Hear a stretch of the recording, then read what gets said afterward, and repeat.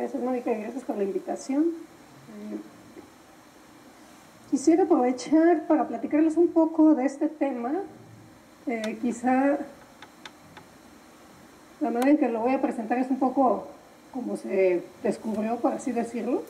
Y bueno, ojalá y al final de la plática se queden con una idea de qué se trata y más o menos en qué tipo de áreas ha jugado un papel interesante. Por favor, si tienen preguntas. Entonces, voy a empezar con una pregunta de topología algebraica. La pregunta es la siguiente. Voy a empezar con una sucesión de grupos o de espacios parametrizados por números naturales. Y la pregunta que me hago es cómo depende la topología de estos espacios, de estos grupos del parámetro n. La manera en que voy a tratar de contestar esta pregunta es fijándome en invariantes topológicos asociados a los espacios o a los grupos, en particular los grupos de cohomología, con coeficientes en Q, que no son otra cosa más que espacios vectoriales sobre Q. Y entonces la pregunta más concreta que me voy a hacer es la siguiente. Quiero ver cómo cambian los espacios cuando el parámetro n crece. Y como ejemplo, y de hecho bueno, fue el ejemplo con el que se empezó toda esta discusión, voy a considerar los espacios de configuraciones.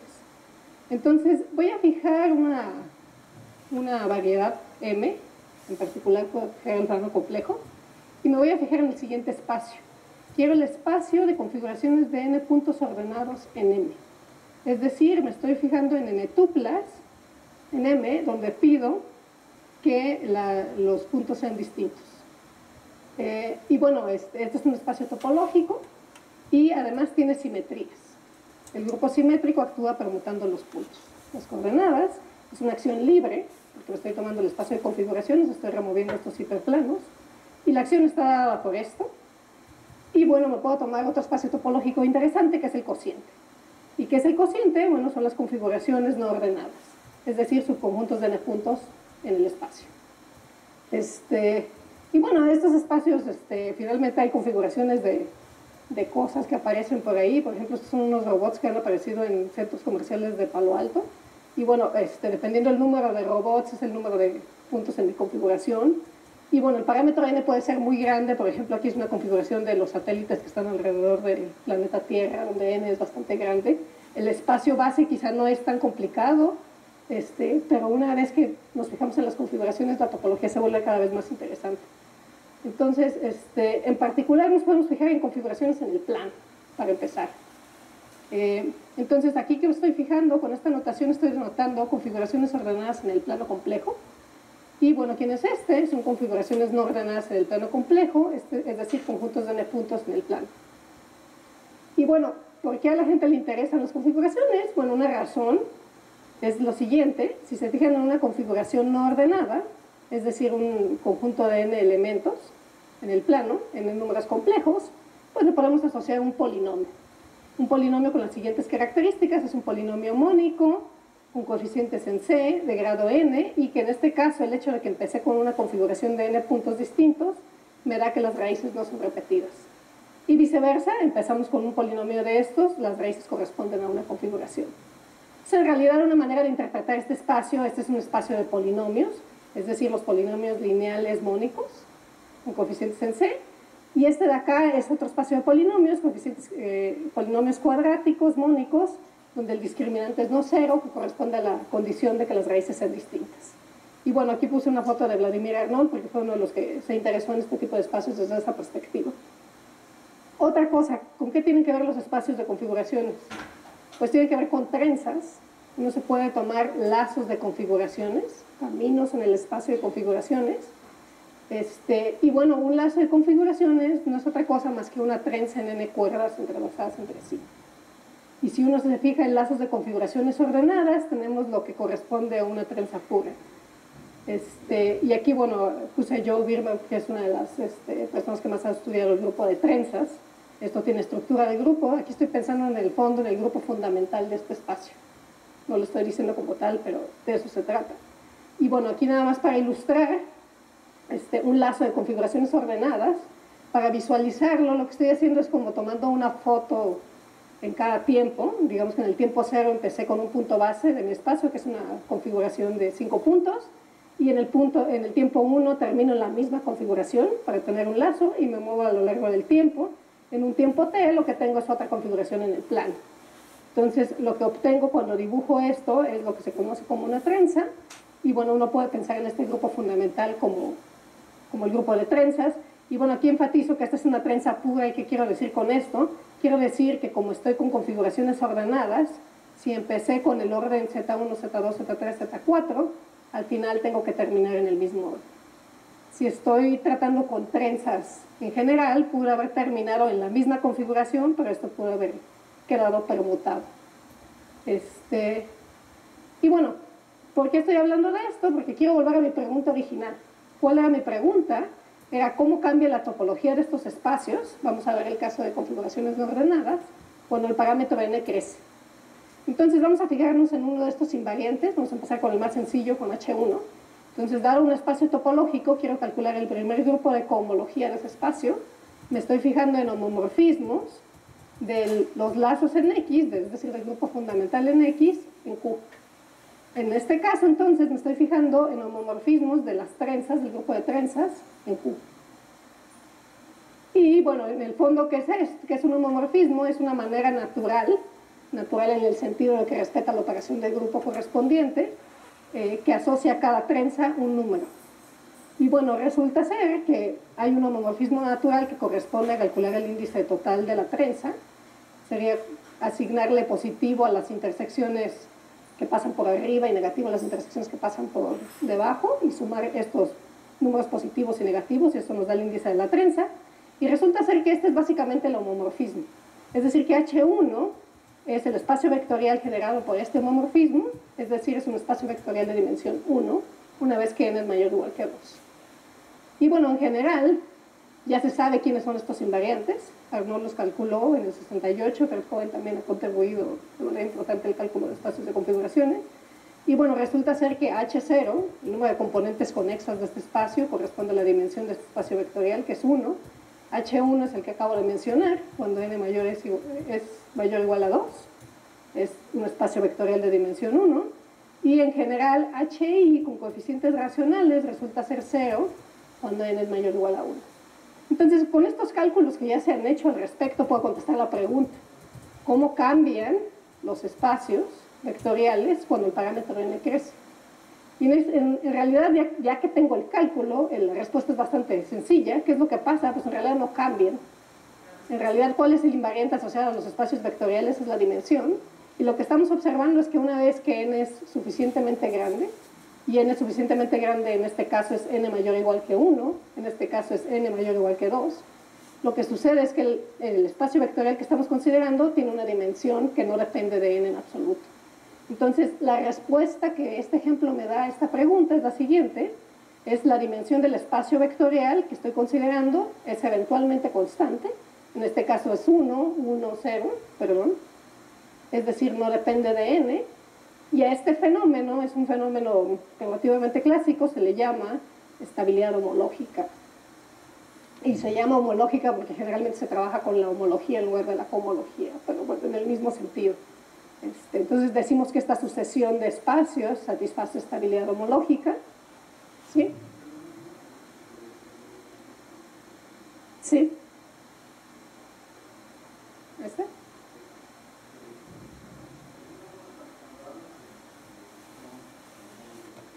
Uh-huh.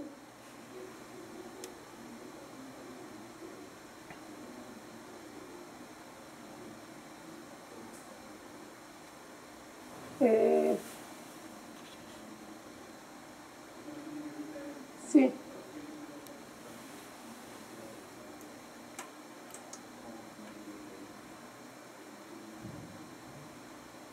Sí, cualquiera la puedes dibujar así. La cosa que lo que va a suceder es que al final tienes que caer en la misma configuración, pero la configuración, vamos, no necesita estar ordenada. O sea, te olvidas de digamos que este Z1, Z2, Z3. Finalmente. Uh-huh.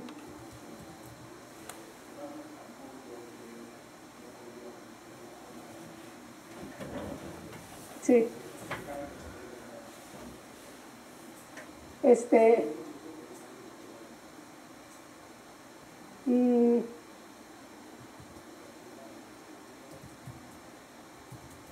sea, digamos que aquí estoy, o sea, lo que va a pasar cuando haces módulo SN es que varias de las que estaban aquí representadas van a corresponder a la misma abajo. Pero no sé, probablemente no entiendo bien tu pregunta. Pero bueno, el caso es que sí se pueden representar de esta manera, las de conf módulo SN, pero la cosa es que ya no son puras en el sentido de que el Z1, digamos que aquí la hebra, esta, la roja, ahora puede terminar acá, por ejemplo. Eso es lo que va a pasar. En cambio, cuando estoy con el caso de trenzas puras, es importante notar que Z1 va a terminar en Z1, y es una distinción importante porque en el caso de trenzas puras sí puedo decir que esta es la primera hebra, por ejemplo. O sea, puedo darle, estar claro cuál es la primera hebra, cuál es la segunda. En el caso, cuando hago módulo de la acción del grupo simétrico, ya no tengo claro cuál es la primera hebra porque ya no hay un sentido de primera, segunda, porque estoy permutando los elementos. Sí, disculpa, si no después platicamos a ver si te entiendo mejor. Bueno, volviendo a esto. Entonces, lo que estoy diciendo es que esta sucesión de espacios satisface esta noción de estabilidad homológica. En general, pues uno define estabilidad homológica para otros coeficientes y se dice que una sucesión satisface estabilidad homológica si para cada i mayor o igual que 0, estos invariantes, aquí estoy hablando de la homología, con coeficientes en R, son isomorfos una vez que el parámetro es suficientemente grande. Es decir, que ya no dependen del parámetro n cuando n es suficientemente grande. Y bueno, aquí les pongo una lista de sucesiones de grupos o de espacios que satisfacen este fenómeno, muchos de ellos incluso con coeficientes en z, ¿no? Está la familia de grupos simétricos, la del grupo de trenzas, que en el fondo es la que hemos estado viendo, porque la cohomología del grupo de trenzas es la misma que la cohomología del espacio de configuraciones no ordenadas. Espacios de configuraciones en variedades abiertas, es más general, los que mencioné al principio.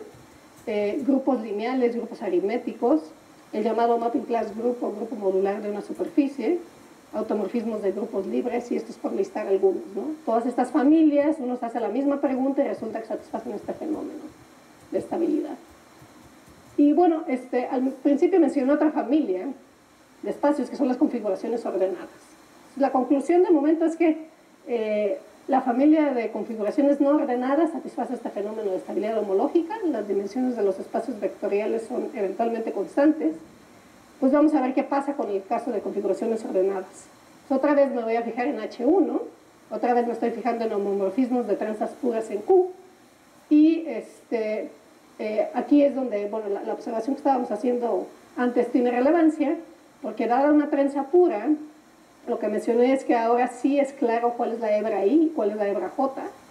Entonces, ahora un homomorfismo que se puede considerar es el siguiente, pues voy a contar el número de veces que la hebra I enrolla la hebra J. Y bueno, resulta que ese es el mismo número de veces que la hebra J enrolla la hebra I, entonces hay una relación entre estos homomorfismos, pero estos homomorfismos, por un teorema de Arnold, resultan ser suficientes, o bueno, son una base de este espacio vectorial. Entonces, este espacio vectorial, a diferencia del caso anterior, tiene una dimensión de n escoge 2. Y bueno, me pregunto en concreto cómo cambia esta sucesión de espacios vectoriales cuando n crece, y observamos que ocurre algo muy distinto que en el caso pasado. En este caso, la dimensión de este espacio vectorial, que es el invariante asociado al espacio vectorial, se va a infinito cuando el parámetro n crece.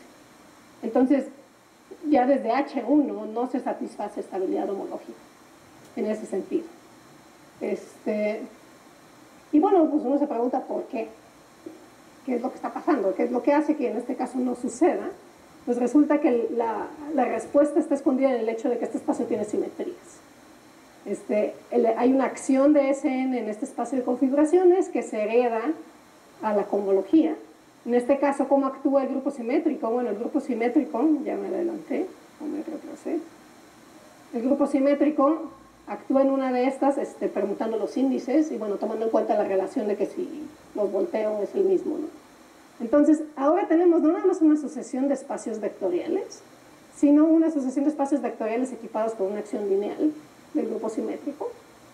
Es una sucesión de representaciones de este grupo. Y bueno, hay un hecho de teoría de representaciones, que si empiezo con un espacio vectorial que tiene una acción no trivial del grupo simétrico, su dimensión va a ser mayor o igual a n-1. Entonces, si mi espacio tiene una acción no trivial, no va a haber estabilidad homológica, porque la dimensión depende totalmente de n. Entonces, esto es lo que explica que no haya estabilidad homológica, el hecho de que tenga una acción no trivial en mi espacio vectorial. Y bueno, aquí nada más para hablar con la misma terminología, probablemente muchos de ustedes ya estén familiarizados, pero voy a hablar de representaciones del grupo simétrico. Lo que estoy pensando son espacios vectoriales sobre Q con una acción lineal del grupo simétrico Sn.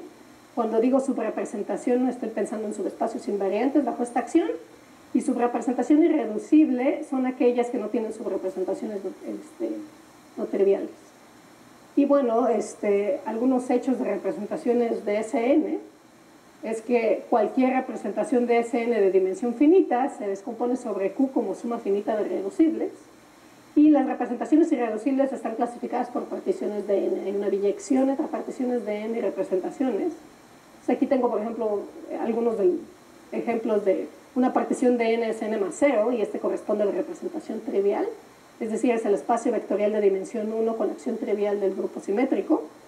Otra partición es n menos 1 más 1, corresponde a la representación estándar. ¿Qué estoy haciendo? Me estoy tomando el espacio vectorial de dimensión n, actúo permutando las coordenadas, tiene una subrepresentación no trivial que corresponde a la diagonal, pero una vez que hago cociente me queda un espacio vectorial de dimensión n menos 1 que es irreducible y se llama representación estándar.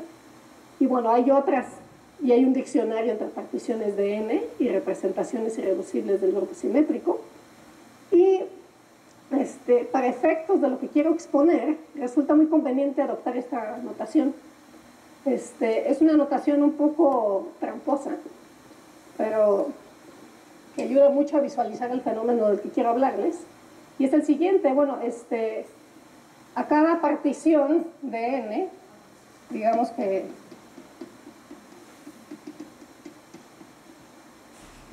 aquí voy a adoptar la convención de que esta sucesión es decreciente. Uno le puede asociar lo que la gente conoce como un diagrama de Young.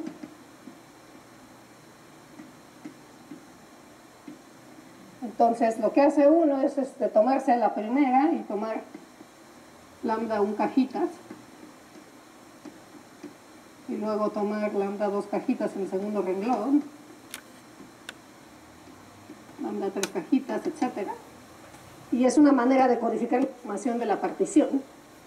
Entonces, lo que yo estoy haciendo aquí de manera tramposa es, como quiero olvidarme hasta cierto punto de la dependencia en n, me voy a olvidar del primer renglón. Entonces, cuando estoy denotando aquí b puntos, secretamente sí estoy tomando en cuenta el primer renglón, y el primer renglón me lo indica el n en el que esté trabajando. Entonces, por ejemplo, cuando escribo b punto y n vale 1, lo que estoy haciendo es tomándome el irreducible que corresponde a la partición de esta naturaleza. Entonces, bueno, quizá aquí debería de adoptar otra notación para no confundir. Entonces, estoy tomándome el irreducible que corresponde a la partición n de n, que está dado por 1 más 0. Y me había olvidado la notación de este 1 aquí. Si n es igual a 2, en realidad no estoy tomando el irreducible que corresponde a esta partición, que no era otra cosa más que n es igual a 2 más 0. Entonces, n igual a 100, lo que me estoy tomando con esta notación es el irreducible que corresponde a tener aquí 100, es decir, escribir a n como 100 más 0. Entonces, de algún modo, si quiero fijarme en un n específico, esta notación sí me dice quién me estoy tomando, y lo que estoy tomando es cualquier configuración que tenga ahí, y le agrego arriba al diagrama n menos las cajas que tenga aquí para completar mi partición. Entonces es una manera un poco tramposa en el sentido de que ahora cuando lo escribo aquí, esto tiene sentido para todas las n's. Entonces, dependiendo qué n tengo, pues sé cuántos cuadros le tengo que agregar aquí y sé cuál partición me estoy refiriendo. Pero, por ejemplo, esto de aquí siempre denota a la representación estándar, siempre corresponde a una partición de este tipo, esto siempre corresponde a una representación trivial independientemente de n. Pero dependiendo de n, bueno, la dimensión de esto es distinto, por ejemplo. Entonces, ¿por qué adopté esta notación? Porque, bueno, recuerden, yo estoy tratando ahora con una sucesión de representaciones en SN. Ahora mi objetivo va a ser entenderla como representaciones, en particular entender su descomposición en irreducibles y ver cómo cambia con respecto a N. Entonces, usando esta notación puedo contestar cómo se ve H1. Pues H1 se ve como sigue, dado que tenemos el cálculo explícito, se puede entender cómo es la descomposición en irreducibles y resulta que se ve así. Si mi espacio de configuraciones tiene 2 puntos, esto no es más que la representación trivial, esta es mi notación para la representación trivial. Si tiene 3 puntos es una representación trivial más un estándar. Si tiene 4 puntos es una representación trivial más un estándar más la que sea que corresponda a esta partición. En este caso, como n es igual a 4, cuando puse B cajita, lo que me refiero es a la que tiene, la que corresponde a esta, ¿no? Porque aquí eran 2, y aquí necesito 2 para completar el 4. Y bueno, resulta que si considero, voy incrementando la n y voy estudiando esta descomposición, pues lo pongo así porque quisiera ilustrar que en realidad aparece un fenómeno de estabilidad. Entonces, recordemos, la dimensión de estos espacios vectoriales sigue creciendo. Este bloque de aquí, por ejemplo, este de aquí siempre es Q, ¿no? Esta no crece, pero el bloque de aquí sí, porque siempre tiene dimensión n-1. Entonces, la dimensión de estos espacios crece, pero si se fijan, con esta notación es muy claro que la descomposición se estabiliza. Y resulta ser que una vez que n es mayor o igual a 4, esto ocurre siempre. Y este es el fenómeno que quiero llamar yo estabilidad de representaciones. Entonces puede uno hacer el ejemplo con H2.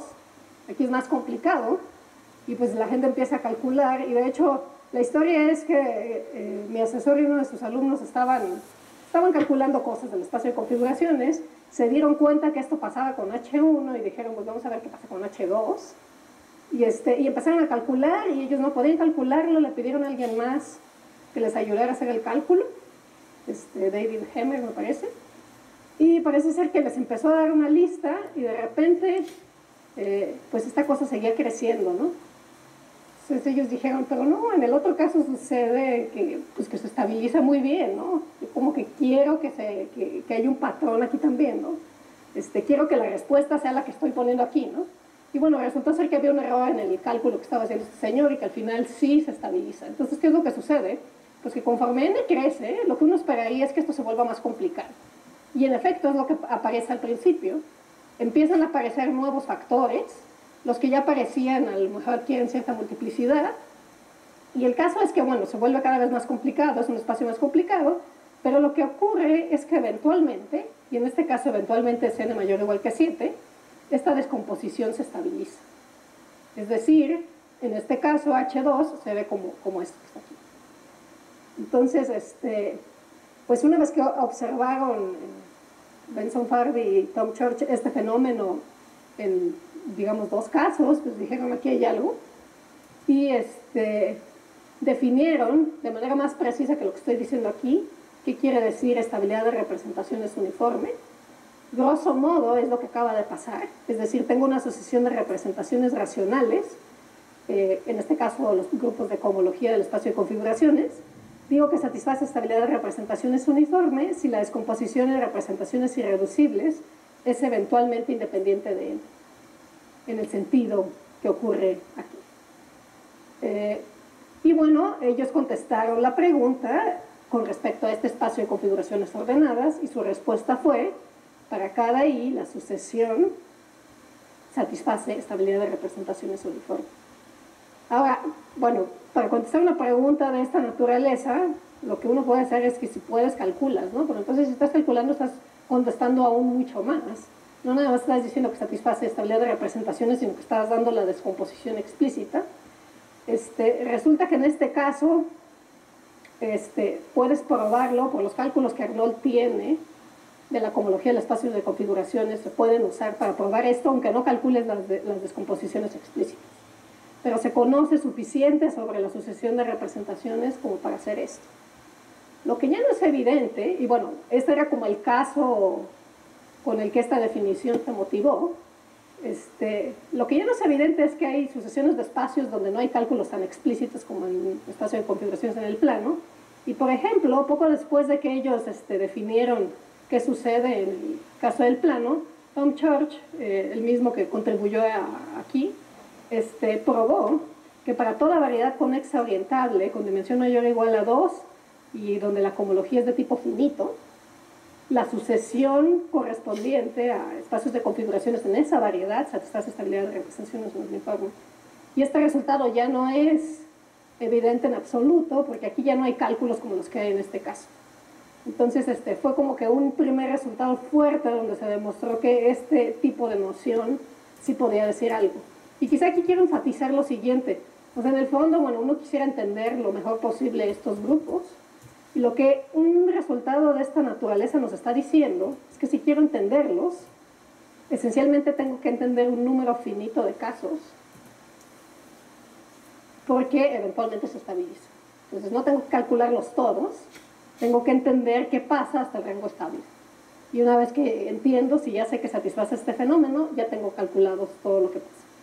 Entonces, en particular aquí, pues una vez que, si ya sé que satisface el fenómeno y ya calculé H2 de configuración de 7 puntos, ya sé lo que pasa para el resto de n mayor o igual a 7. Y bueno, resulta ser que este fenómeno, pues ellos le dieron este nombre y ellos lo descubrieron, digamos, en este contexto de problemas de topología algebraica y buscaron aplicaciones en ese sentido, pero es un fenómeno que ya se conocía, simplemente no se había utilizado en este contexto. Y uno de los primeros que ya lo había observado fue Murnaghan. Murnaghan estudiaba representaciones del grupo simétrico y en particular pues él estaba interesado en qué pasaba con productos tensoriales de representaciones del grupo simétrico. Y bueno, es una pregunta de interés, tengo aquí dos representaciones del grupo simétrico, ojo, estoy usando la misma notación que antes.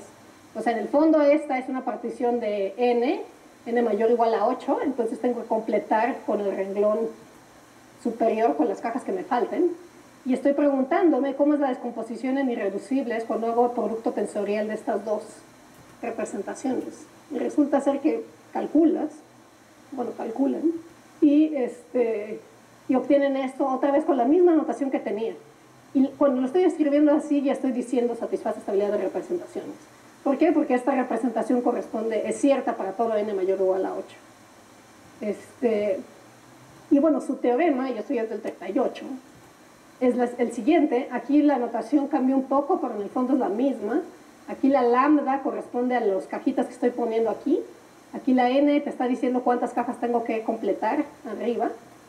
Y aquí lo que está diciendo es que, bueno, si tomo un irreducible asociado a esta partición para un n dado, y lo tensorizo con el irreducible asociado a esta partición para el n, me fijo en su descomposición en irreducibles y me fijo en sus multiplicidades, y estas multiplicidades tienen un nombre que a lo mejor ustedes han escuchado, son los llamados coeficientes de Kronecker. Lo que él probó es que estos coeficientes son eventualmente constantes. Y en el lenguaje de estabilidad de representaciones, lo que él probó es que esta sucesión satisface estabilidad de representaciones. Y otras preguntas de interés es, bueno, ¿a partir de cuándo? Y bueno, recientemente dieron un rango explícito a partir de cuándo esto sucede, por ejemplo. Y bueno, parece ser que sigue siendo un problema abierto cómo obtener estos coeficientes, tener como algoritmos combinatorios para obtenerlos. Se sabe que existen y que se estabilizan, pero calcularlos per se es complicado. Y bueno, menciono este ejemplo porque, bueno, lo que estoy queriendo decir es que se redescubrió un fenómeno que ya estaba ahí, simplemente se puso en un contexto distinto. Y, bueno, lo que hace uno en matemáticas mucha gente es observar, identificar el patrón y después abstraer, ¿no? Y esto es lo que se hizo en este caso.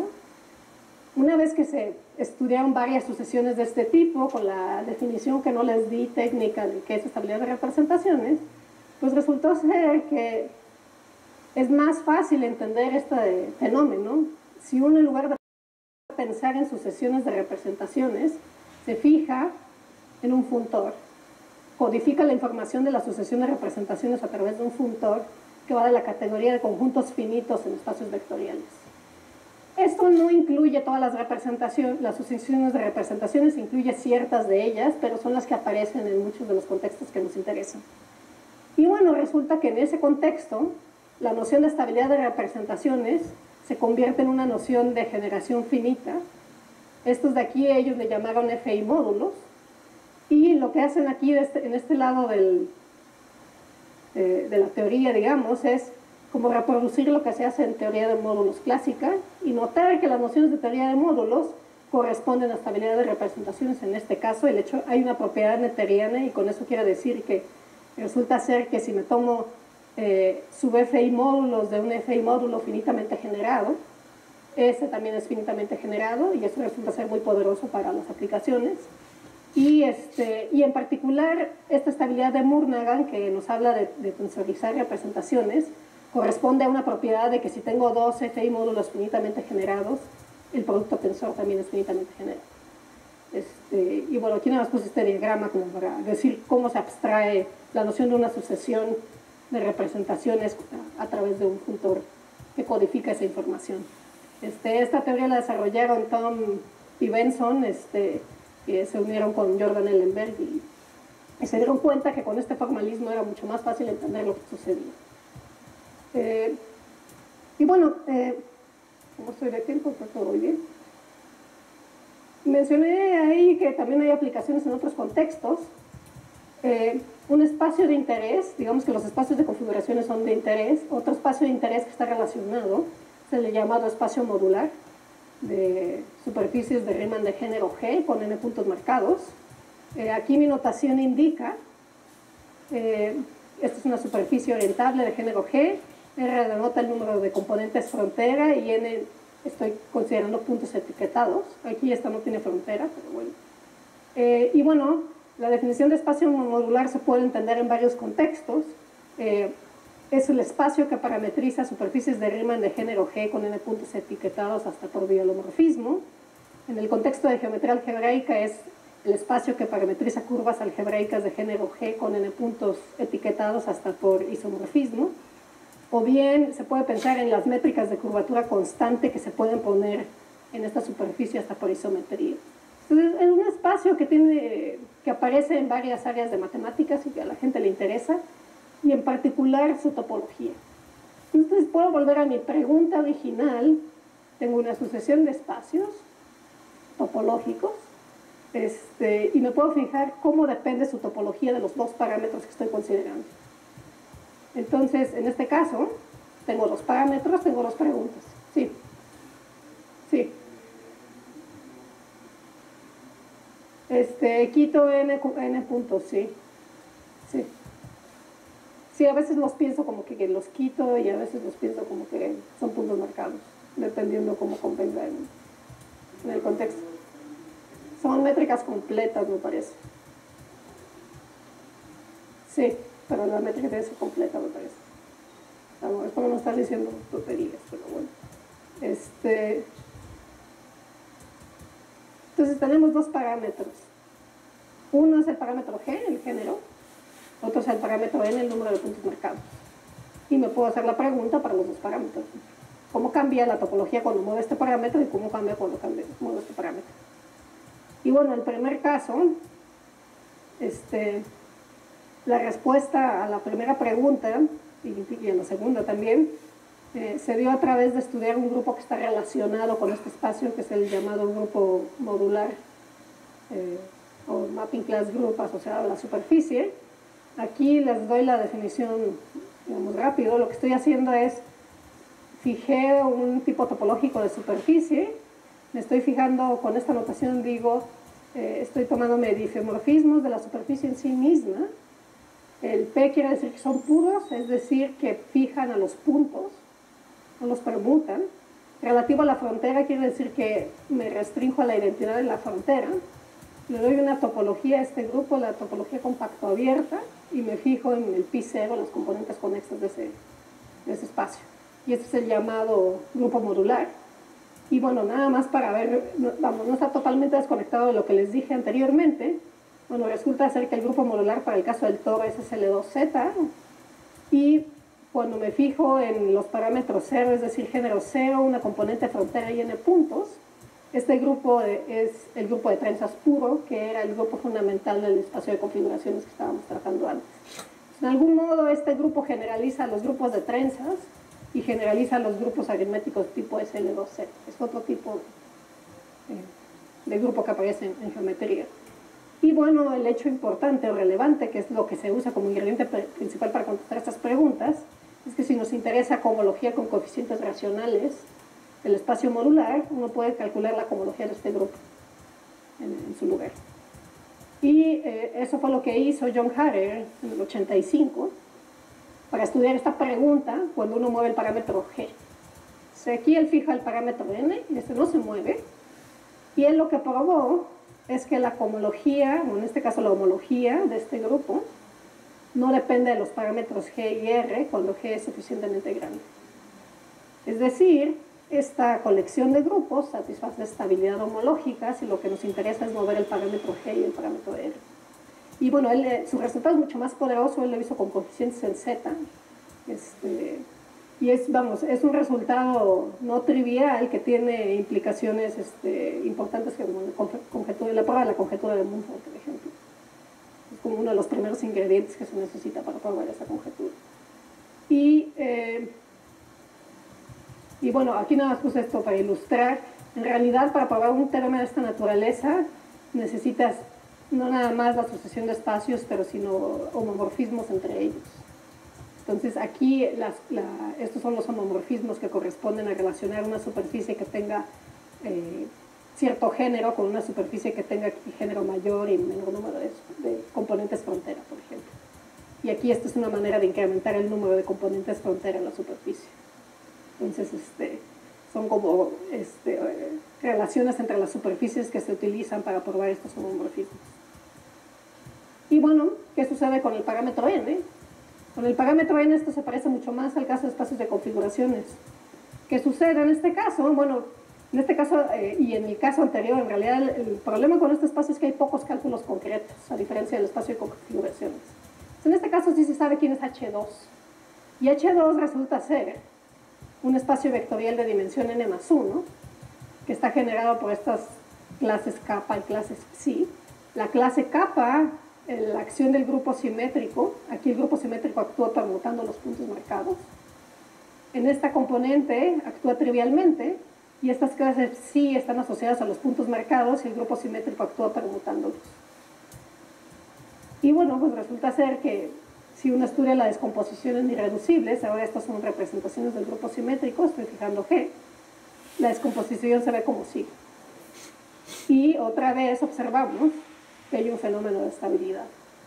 Y bueno, esto fue lo que yo hice para mi tesis doctoral. Probé que para G igual a 0, G mayor o igual a 2, me falta el caso G igual a 1, también debe ser cierto, nada más que la herramienta debe ser ligeramente distinta. La sucesión de grupos de cohomología satisface estabilidad en representaciones uniformes. Y este resultado se llega a él sin tener cálculos explícitos. Este es el único cálculo explícito que se tiene de esta naturaleza. Y bueno, entonces no les puedo dibujar cómo se ve la descomposición porque en realidad no se entiende. Lo único que se sabe es que eventualmente se estabiliza. Y bueno, nada más quería terminar con un poco de hacia dónde se va en esta área. En realidad estuve en un par de reuniones este año donde discutieron un poco de qué está haciendo la gente en este respecto. Digamos que es relativamente nuevo, tiene como 6 años que la gente ha empezado a pensar desde esta perspectiva. Las cosas que se han hecho al respecto es que, bueno, se está pensando en esto como una nueva estrategia para probar estabilidad homológica. Hay varias familias de interés donde a la gente le interesa el otro fenómeno, la estabilidad homológica. Y bueno, resulta ser que pensarlo de esta manera ayuda a entender ciertos ejemplos. Se están identificando otras sucesiones que satisfacen este fenómeno y ya hay una colección de ejemplos grande.